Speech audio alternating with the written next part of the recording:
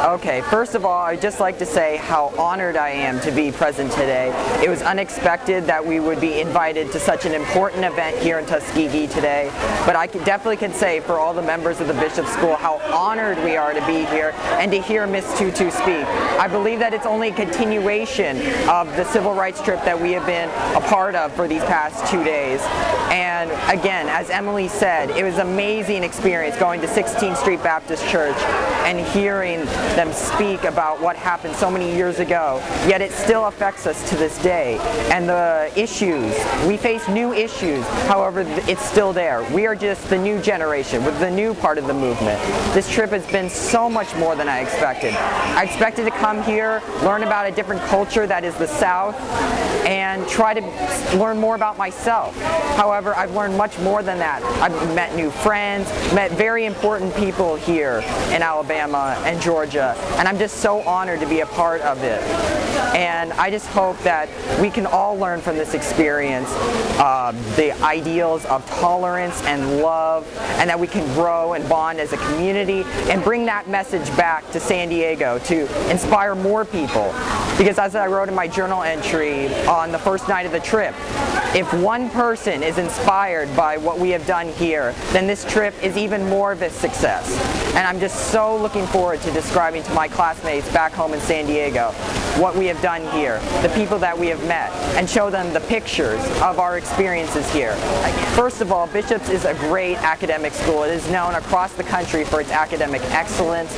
However, nothing beats actually seeing an experience and learning about it firsthand. It's one thing to learn it in a classroom and to have a teacher lecture to you about it, maybe show you a few pictures, show you a movie if you're lucky, and then you're done with the unit. And this way, we are actually able to spend 4 or 5 days solely focusing on civil rights, and it's taking it beyond the classroom. And I think that experience is so enriching, because by this experience we're able to take that home and almost give the beyond the classroom experience to everyone else at the Bishop's community, not just those members of this trip, these participants here today.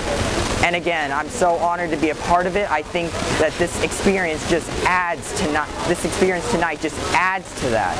I think hearing Miss Tutu speak, it was an amazing experience trying to compare what it was like in South Africa versus what it was like in the South. And while there were similarities, there was also some distinct differences. And I think, again, this is just a continuation of what we have been learning in school. I think learning it outside the classroom is even more important, because then you could actually experience it and see it for yourself. I have to give credit to Morris Dees for inspiring me and starting this whole journey of my life. He came to my school as a speaker of the Endowed Lecture Series, and I was fortunate enough to personally meet him. And when I did, I asked him what I could do to help his cause that he so greatly committed himself to for so long. And he actually gave me the opportunity to work at the Southern Poverty Law Center last summer.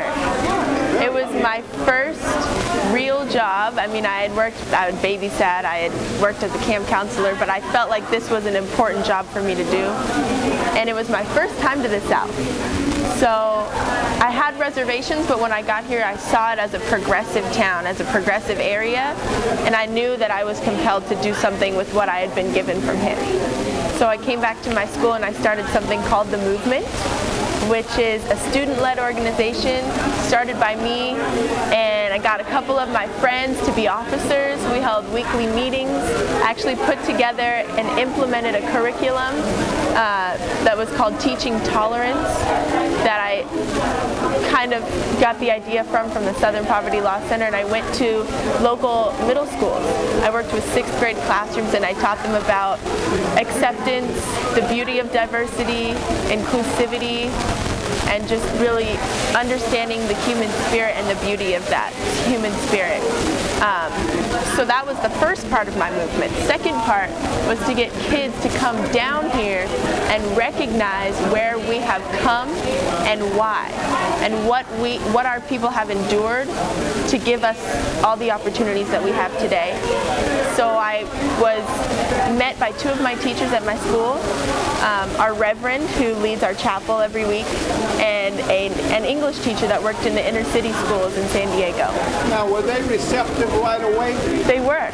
They were actually very excited about it. It was something they had wanted to do for a while, but I will tell you that my school has never done anything like this, and it was surprising to me that two teachers, and then eventually three, would be so inspired and so enthusiastic about this trip, because it's not like my school to want to support something like this. It just wasn't their priority at the time.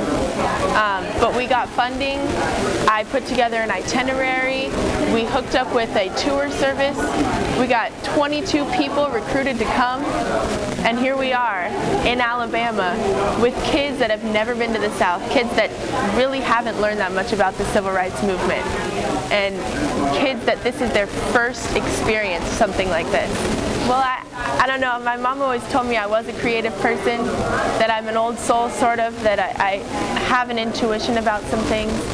And I had an intuition that I needed to bring something to my campus that would be everlasting.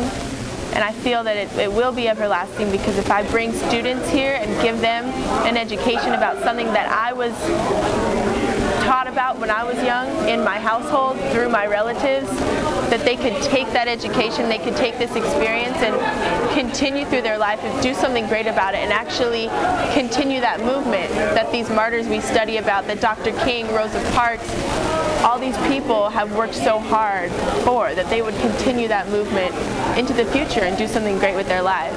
I just feel like I've been privileged from my mother, from my father, from my grandmother, my great-grandmother who's still alive, shows me pictures of my fifth-generation ancestors on the plantations being sold, their slave auction pictures. I've been given a wealth of knowledge, and I want to extend that to all of those around me in my community that I care about.